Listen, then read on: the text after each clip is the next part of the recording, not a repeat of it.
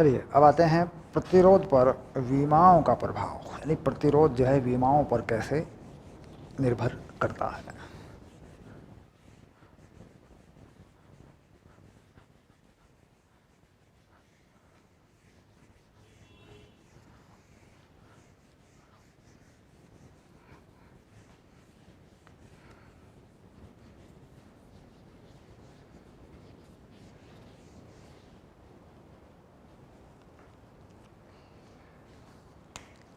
तो प्रतिरोध पर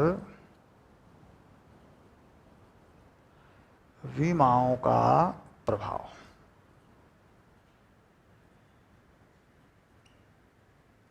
विमा कौन है? विमा है देखिए लंबाई, और यह है अनुप्रस्थ काट का क्षेत्रफल।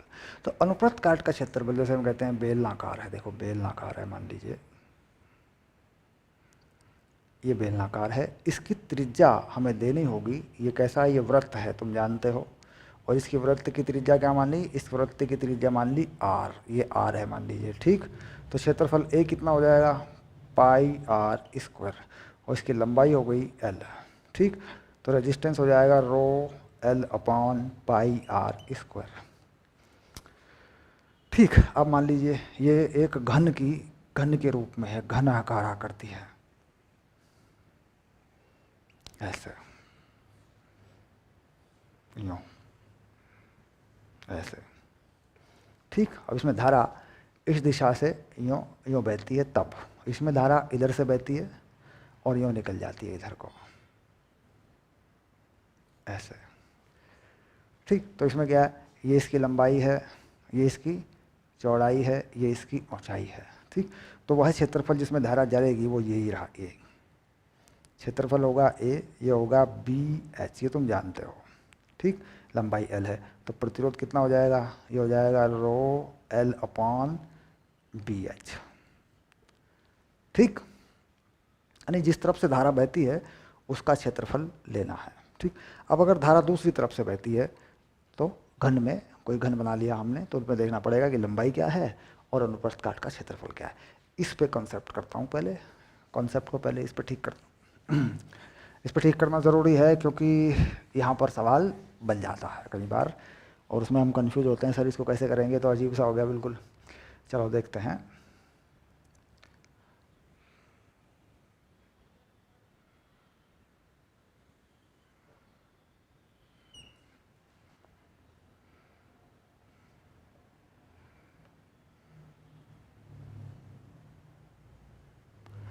देखिए ये मैंने कुछ ऐसा बना दिया जिसमें लंबाई चौड़ाई सब दिख रही है आपको,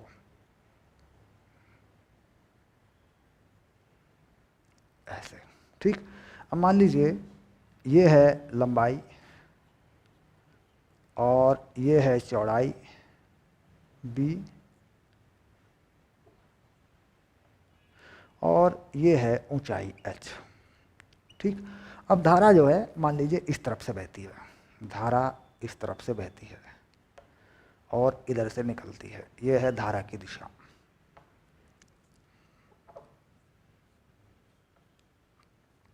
आई, ठीक। तो जिस क्षेत्रफल पे धारा घुसती है वह क्षेत्रफल अनुप्रस्थ काट का जिसमें धारा घुसती है, यानी जिसमें से इलेक्ट्रॉन चलता है, जिसकी मतलब वह क्षेत्रफल जिसके तल के लंबवत इलेक्ट्रॉन चलता है। जैसे मान लो ये बोर्ड है, इसमें इधर से घुसता है इलेक्ट्रॉन, तो ये क्षेत्रफल काम करेगा। तो इसका मतलब हो गया कि यहाँ ये क्षेत्रफल काम करेगा, देखो, ठीक। ये क्षेत्रफल होगा कितना? ये होगा ऊंचाई और चौड़ाई यानी बी एच। तो यहाँ इस क्षेत्रफल के अनुदिश जो है, मान लूँ इसे मान लूँ मैं एस, इसे मान लूँ क्यू, ठीक। तो आर एस क्यू, दो बिंदुओं के बीच में rho L upon B H होगा, ठीक। अब अगर मैं इधर से धारा डाल दूँ इसमें, इधर से धारा डाल दूँ इसमें और उस तरफ को निकाल दूँ, दूसरी तरफ को निकाल दूँ, तो फिर क्षेत्रफल ये लगेगा, ठीक। अब मान लो यहाँ पे इसे हटा लूँ मैं, तो समझ में आ गया मामला आपकी। इसे हटा लेता हूँ, कन्फर्म हो गया। अब दूसरी तरफ से धारा डालूंगा, देखो धारा को यहाँ से हटा लूँगा इसे मैं, अब मैं धारा को यहाँ से हटा लूँगा, अब दूसरी तरफ से धारा डालूंगा इसमें, ये एरिया भी हटा लूँगा मैं, क्योंकि एरिया तुम्हें कंफ्यूज करेगा फिर। ये देखो, ठीक, ये लो। तो अब जो है धारा इधर से डालते हैं, इधर से धारा डालते हैं इसमें, और दूसरे इसी क्षेत्रफल से उधर से निकाल देते हैं ऐसे, इधर से डालते हैं उधर से निकालते हैं। तो इस एरिया में धारा घुसती है, तो इस बार कितना क्षेत्रफल हो जाएगा, यहाँ से देखें, ये मान लिया पॉइंट हमने टी, ये पॉइंट मान लिया एम एन मान लेते हैं, ये पॉइंट एम मान लेते हैं, और ये पॉइंट एन मान लेते हैं। इस सरफेस से उस सरफेस में, यानी इसे बोर्ड के इस तरफ से उस तरफ निकालना हो तो सामने का एरिया आएगा। तो अब जो एरिया है ये एल है, ये एच है, तो यहाँ आर एम एन रो इस तरफ को जाती है, ये जाती है धारा इस तरफ को, तो ये बन जाएगा बी, और एरिया एल इंटू एच, ये वाला देखो पूरा सरफेस बनेगा एल एच, ये हो गया लो, ठीक। यानी धारा किस क्षेत्रफल में घुसती है वो लगेगा, और लंबाई जो भी बनती है। तो घन में क्या होता है कि तीन तरीके से प्रतिरोध निकल जाते हैं। एक इस फलक से डालेंगे उसमें निकालेंगे, इससे डालेंगे उसमें निकालेंगे। एक होता है कि ऊपर से डाल दो धारा, नीचे से निकाल दो, ठीक। तो क्षेत्रफल क्या लगेगा ऊपर वाले का, ये लगेगा, ठीक, जो कि एल बी होगा, और आएगी कितनी नीचे, ऐसे आएगा तो ऐसे लगेगा। तो यहाँ से डाल दूँ ये वाली, इसमें डाल दूँ आर, तो कितना हो जाएगा रो एच अपॉन एल बी, ये इसका प्रतिरोध होगा, ठीक है। यानी ये वो क्षेत्रफल है, इसमें धारा घुसती है, ये वो जिसके अनुरूप धारा चलती है। तो घन में तीन तरह के प्रतिरोध होते हैं, ठीक। बेलनाकार में सामान्यतया एक ही तरह का प्रतिरोध होता है, होते दो तीन चार हो सकते हैं, लेकिन जो परिभाषित है जिसका कोई सूत्र बनता है वो एक ही तरह का होता है, ये वाला होता है, ठीक। चलिए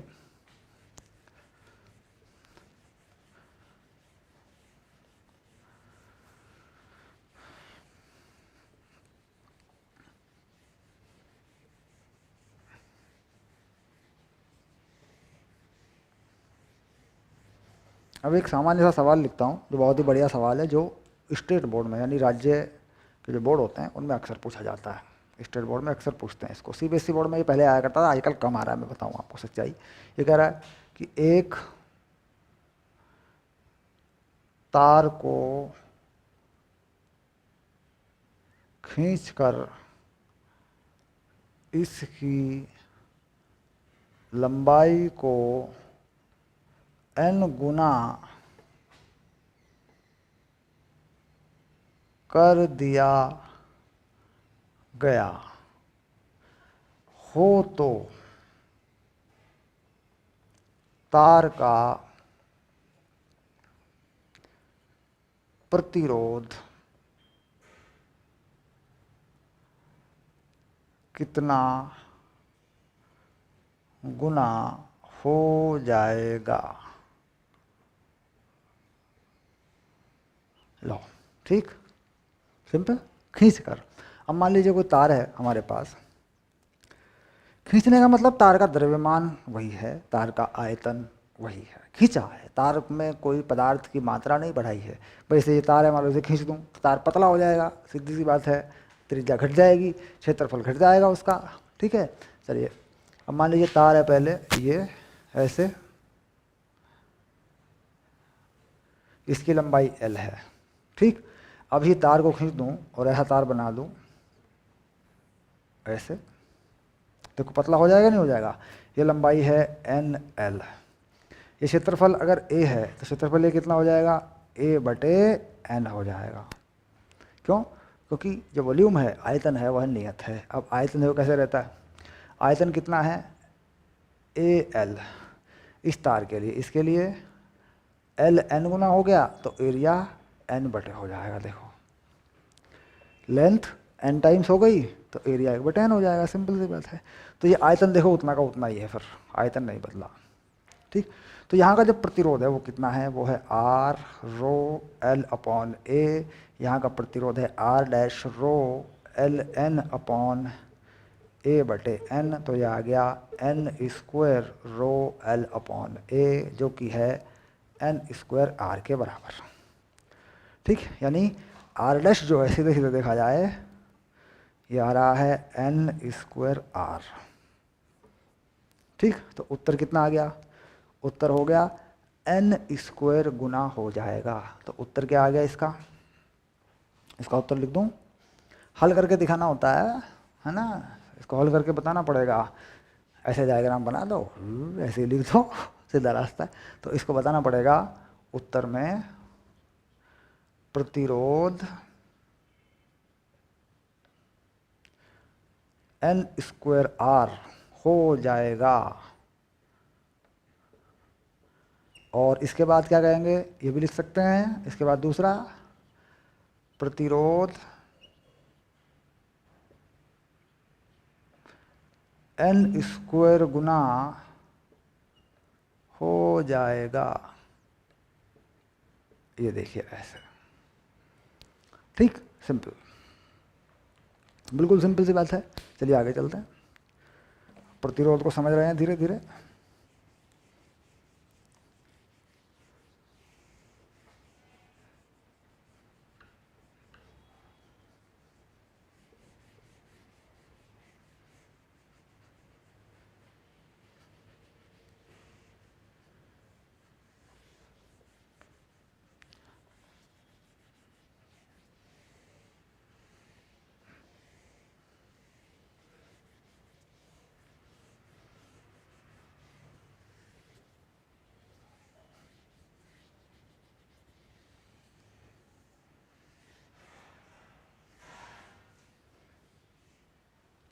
चलिए अब आया प्रतिरोध संयोजन। थोड़ा सा मैं पानी पी लेता हूँ, ठीक है, तुम लोग भी।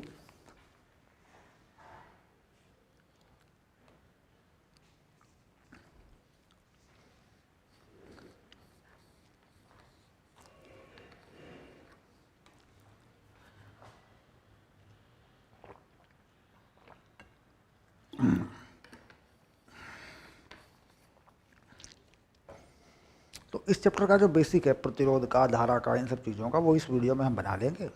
उसके बाद फिर हम इस चैप्टर में जो हायर लेवल है, यानी जो 12वीं कक्षा तक का मामला है, वो विभवांतर क्या है, विभव क्या है ना, विद्युत वाहक बल क्या है, कैसे धाराएं निकलती हैं, किरचॉफ के नियम क्या हैं, मीटर सेतु, पोटेंशियोमीटर, व्हीटस्टोन सेतु, सब चीज़ें जो है वो फटाफट फटाफट, क्योंकि उसमें ज़्यादा कुछ है नहीं, उसमें लॉजिक है एक थ्योरी, वहाँ पे जो ज़्यादा है नहीं, वो फटाफट फटाफट के रिवीजन हमारा पूरा हो जाएगा। ठीक, चल, कुल मिला के इस चैप्टर के रिवीजन में हम बहुत ही महत्वपूर्ण जो टॉपिक हैं उस पर चल रहे हैं। ओके, चलिए शुरू करते हैं। बना देते हैं प्रतिरोध या प्रतिरोधों के संयोजन। तो पहला संयोजन क्या है जरा बताना। पहला संयोजन क्या है? श्रेणी संयोजन। श्रेणी संयोजन, ठीक। संयोजन को क्या बोलते हैं अंग्रेजी में? कॉम्बिनेशन। तो ये हो गया सीरीज कॉम्बिनेशन। ओके, ये लो, ठीक। श्रेणी संयोजन यानी एक प्रतिरोध के बाद दूसरा प्रतिरोध लगा दें। ये लो, 3 लगा दूंगा मैं। प्रतिरोध का ये प्रतीक हो गया, ये R1 और ये R2 और ये R3, और इस पर कोई विभवांतर लगा दूंगा ऐसे ऐसे। ये विभवांतर V लगा दिया और इस बिंदु को मान लिया मैंने B, इसको मान लिया मैंने A, ठीक। तो बैटरी पर जहाँ विभवांतर लगा है वहाँ इन तीनों के अलावा कोई प्रतिरोध नहीं है। तो हमें देखना है कि भाई प्रभावी प्रतिरोध क्या है, यानी बैटरी से देखें, बैटरी के सापेक्ष देखें, बैटरी से पूछें कितना प्रतिरोध है, कितना लोड पड़ रहा है तेरे पे, तो क्या बताएगी, ठीक। दूसरी तरफ से हम देख लें कि वो लोड हमें कैसे प्राप्त होगा। कुल मिलाकर अगर यहाँ से कोई धारा चलेगी ऐसे, ठीक, तो इधर से इलेक्ट्रॉन चलेगा। यह धारा इसमें इसमें इसमें एक जैसी होगी। कारण ये है कि धारा चलती है इलेक्ट्रॉन की वजह से। इलेक्ट्रॉन के जाने के कुछ और रास्ते हैं ही नहीं। ऐसा तो है नहीं कि यहाँ से चले हुए इलेक्ट्रॉन इसमें रह जाएंगे, या ऐसे चले हुए इलेक्ट्रॉन इसमें रह जाएंगे, इसमें रह जाएंगे, ऐसा तो है नहीं। जितने इलेक्ट्रॉन यहाँ से चलेंगे सारे यहीं पे आएंगे, ठीक। यानी ऊर्जा संरक्षण, किसको मान के चल रहे हैं? ऊर्जा संरक्षण, आवेश संरक्षण, दोनों बातें लागू हैं, ठीक। तो कुल मिलाकर यहाँ पर अगर ओम के नियम से पूछें तो यहाँ पे IR1 का खर्चा होगा जिसे हम V1 कहेंगे। ओके, यहाँ IR2 का खर्चा होगा जिसे हम V2 कहेंगे। यहाँ IR3 का खर्चा होगा जिसे हम V3 कहेंगे। ठीक, कुल मिला के सारा कार्य, सारी ऊर्जा खत्म हो जाएगी इसी तरीके से। तो यानी V जो है वो हो जाएगा V1 V2 V3।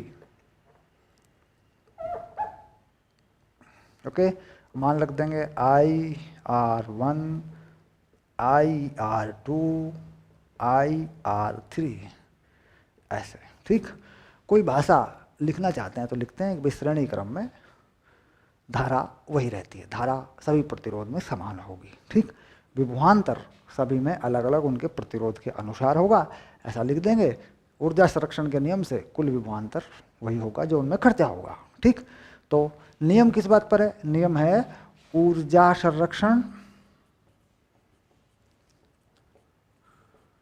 नंबर 1, दूसरा आवेश संरक्षण। आवेश गायब नहीं होता, जितना आवेश बैटरी से चलता है उतना आवेश यहाँ पहुँच जाता है, घूम के आ जाते हैं इलेक्ट्रॉन। ठीक, दोनों बातें यहाँ पे पक्की होती हैं, इनको लिखना होता है अपनी, जहाँ पे भी आप उत्तर पुस्तिका में लिखेंगे ये दोनों बातें लिखेंगे आप। ठीक, उसके बाद कर देते हैं V/I, ये हो गया R1 और ये हो गया R2, ये हो गया R3। इसे कर देते हैं R इफेक्टिव। इफेक्टिव मतलब प्रभावी प्रतिरोध। कितना हो गया? V/I देख रहे हैं भाई, कुल विभव बटे कुल धारा। प्रभावी प्रतिरोध कितना है? R A B के बीच में, A से B तक है ना, तो ये हो गया R1 plus R2 plus R3। समझ में आ गई बात? अब इसे कह देते हैं RAB, A से B के बीच का प्रतिरोध। R1 plus R2 plus R3, यानी श्रेणी क्रम में प्रतिरोध को सीधे सीधे जोड़ दिया गया। ठीक, अब एक छोटा सा सवाल तुम्हें मिलने वाला है इस पे, ताकि ये क्रॉस चेक हो जाए भाई तुमने क्या समझा है। ओके, चलिए एक छोटा सवाल दूंगा, बड़ा प्यारा सा, एकदम लॉजिकल सवाल दूंगा, बड़ा बढ़िया सा, एकदम समझ में आ जाएगा मामला कि यार तुमने कुछ समझा भी है कि नहीं। सर हमको बड़ी दिक्कत है, समझ में नहीं आता सर हमारी ना, सर फिजिक्स हमको बहुत परेशान करता है। चलिए तो लॉजिक को क्लियर करते हैं। V कितना है मालूम नहीं है, I चल रही है 3 एम्पियर। कितनी धारा बह रही है? 3 एम्पियर। और यहाँ पर जो वोल्ट है इसमें वो है 5 वोल्ट। इसमें कितने वोल्ट हैं? 5 वोल्ट हैं। ठीक, ये प्रतिरोध कितना है ये नहीं पता। ठीक, ये प्रतिरोध कितना है ये नहीं पता। नहीं, ये प्रतिरोध तो पता कर लेते हैं यार, इसको दे देता हूँ, अगर मुश्किल हो जाएगा। ये प्रतिरोध है 2 ओम, प्रतिरोध सारे दे देता हूँ मैं तुम्हें। ये है 3 ओम, ये है 1 ओम। ठीक, तो यहाँ पर हमें बताना है V का मान। ठीक, बताओ, लगाओ लॉजिक लगाओ।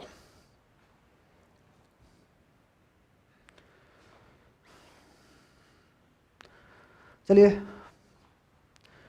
अब यहाँ पर देखो ये कितना है? 5 वोल्ट। कितनी धारा है? 3 एम्पियर। तो ये 5 वोल्ट जो है ये हो जाएगा 3 गुना 2। ठीक, 6 वोल्ट है ना। धारा जो है, गलती कर दी मैंने, धारा जो है मुझे बतानी है। ये रहो, हाँ अब बताओ, आंकड़ा फिट नहीं बैठेगा। देखो धारा बताओ, ये बताओ, अब बनेगा सवाल। इसमें कितना है? 5 वोल्ट। कुल कितना ये बताओ, धारा बताओ। अब देखो समझ में आ गया मामला। ये 5 वोल्ट है, 2I कितनी आ गई? 5/2 एम्पियर। ये धारा बन गई। क्लियर? क्योंकि समीकरण में किस तरीके से डालनी है वैल्यू, ये लग गया। अब इसके बाद धारा आ गई। अब यहाँ पे कितना होगा? यहाँ पे होगा 5/2 गुना 3, ये यहाँ का वोल्ट होगा। यहाँ का वोल्ट कितना होगा? 5/2 गुना 1, ये हो गया। सारे वोल्ट कितने हैं? सारे वोल्ट हैं V1 plus V2 plus V3। V1 5/2, समझ गए ना बात को? हाँ, और ये समझ गए सर 15/2, और ये 5 वोल्ट। तो V आ गया, कितना बन गया? 20 30/2, 5 दूनी 10, ये होगा 15 वोल्ट। ये हो गया तुम्हारा उत्तर। और धारा कितनी? ये रहा उत्तर। ठीक, 2 बातें हैं जो हमें पता करनी थी। ये था, अगर यहाँ धारा दे रहे हो ना तो यहाँ का प्रतिरोध देने की आवश्यकता नहीं है। अगर यहाँ तुमने कोई धारा का मान दे दिया, प्रतिरोध मत दो यहाँ पे, क्योंकि निकल जाएगा वो। धारा का मान दे दिया, यहाँ का प्रतिरोध निकल जाएगा। फिर पूछ सकते हैं भाई कितना प्रतिरोध है, फिर उसके बाद धारा सारी की लगा दें इसी में, तो सबका प्रतिरोध आ जाएगा, फिर भी निकाल सकते हैं। ठीक,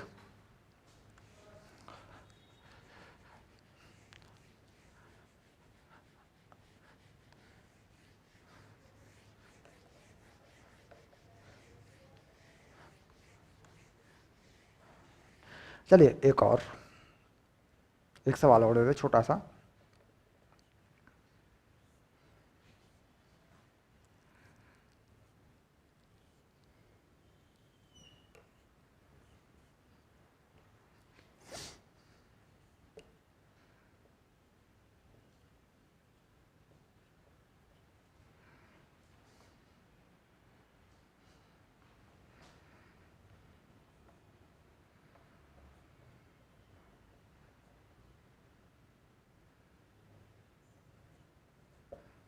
चलिए अब इसे करिए। ठीक, आर का मान देते हैं 2 ओम, चलो ये भी दे दिया लो मैंने। वी का मान बताओ। ठीक, तो क्या करेंगे, श्रेणी में सबका जोड़ देते हैं। कई बार क्या होता है यार, सीधा प्रतिरोध को जोड़ दो, प्रतिरोध को जोड़ दो, V equal to I R कर दो, वो भी ठीक है। यहाँ पे क्या मान लें, V1 यहाँ क्या मान लें, V2 यहाँ क्या मान लें, V3, और V क्या मान लें, V1 plus V2 plus V3 Hisar. ये लो 3 IR, ये 3 है, 3 IR। ठीक, 3 IR plus 2 IR plus IR। Okay, I का मान क्या है 1.5।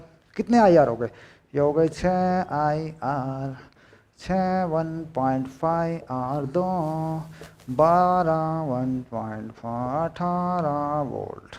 ये लो, ठीक, आ गया। वोल्ट क्यों लिखते हैं, वोल्ट वोल्टेज, ये सोशल वर्ड है, that is not scientific word, ये कोई वैज्ञानिक वर्ड नहीं है। विभवांतर जूल पर कुलम में मेजर होता है, पर चूंकि एक प्रचलन हो गया है वोल्टेज, है ना, तो वोल्ट लिख देते हैं इसको, ये वोल्टेज कह देते हैं इसको। ठीक है,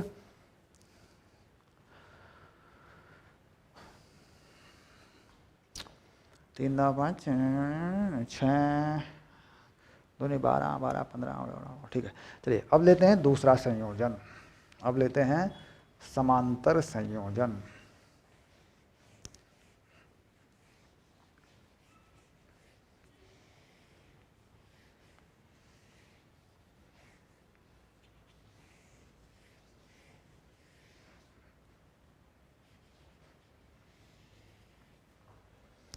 इसे कह देते हैं पार्श्व संयोजन, पार्श्व भी बोल देते हैं बच्चों, पार्श्व संयोजन।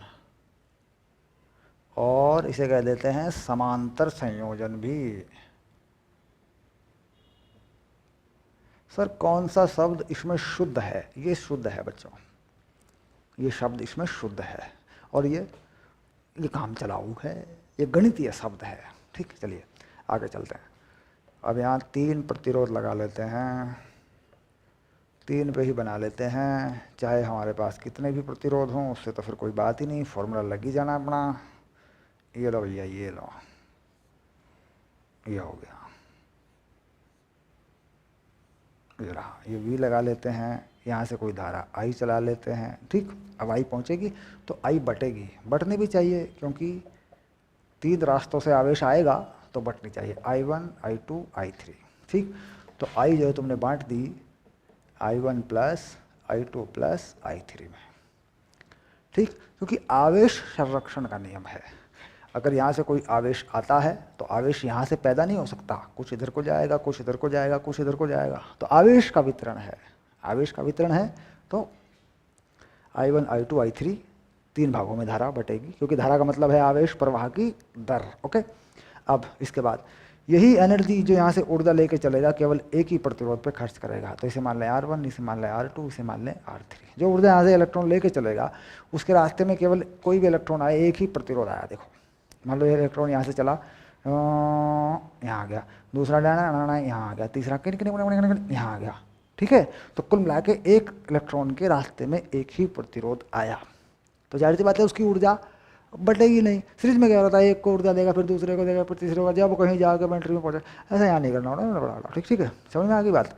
चलो, तो इसका मतलब V सबका सेम है। I1 R1, I2 R2, I3 R3। Okay, तो देखो यहाँ लगा देते हैं I V बटे R1 V बटे R2 V बटे R3 जी जी जी। तो I बटे V कर दिया, 1 बटे R1 1 बटे R2 1 बटे R3। तो 1 बटे R आ गया इफेक्टिव, ये आ गया 1 बटे R1 1 बटे R2 1 बटे R3। ये आ गया पॉइंट A, ये आ गया पॉइंट B। ठीक, तो बच्चों यही है A से B तक के प्रतिरोध का सूत्र। ठीक, तो क्या लिख दूं यहाँ पे, फिर से लिख दूँ R इफेक्टिव या R प्रभावी की जगह क्या लिख दूँ बताओ, R ए बी लिख दो सर। ले ले बच्चा ले, ये ले, ये ले। अब इसके बाद इसी सूत्र पे आ रहा है एक हंसता खेलता नाचता गाता न्यूमेरिकल कॉन्सेप्ट। चलिए देखते हैं। तो कौन बटा, करंट बटी, कौन नहीं बटा, विभवांतर नहीं बटा सर। चलिए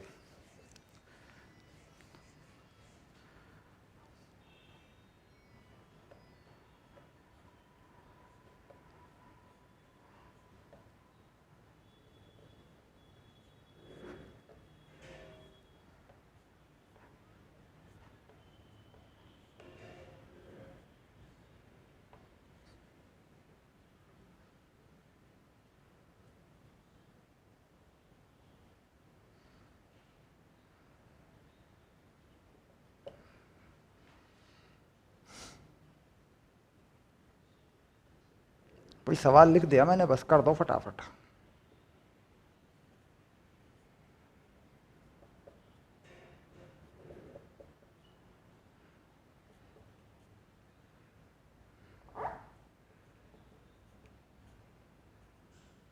ये वो चीज़ें हैं जो आपको बतानी है, यानी यहाँ जो बैटरी का वोल्ट है वो बताना है, इसमें धारा कितनी बताना है।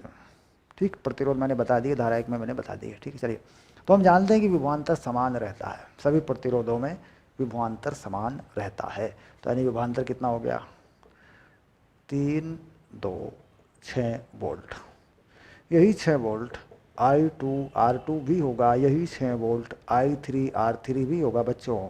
6 वोल्ट I2 कितना, R2 है 5 ओम, 6 वोल्ट I3 कितना, R3 है 8 ओम। तो I2 की वैल्यू 6/5, I3 की वैल्यू 6/8 एम्पियर।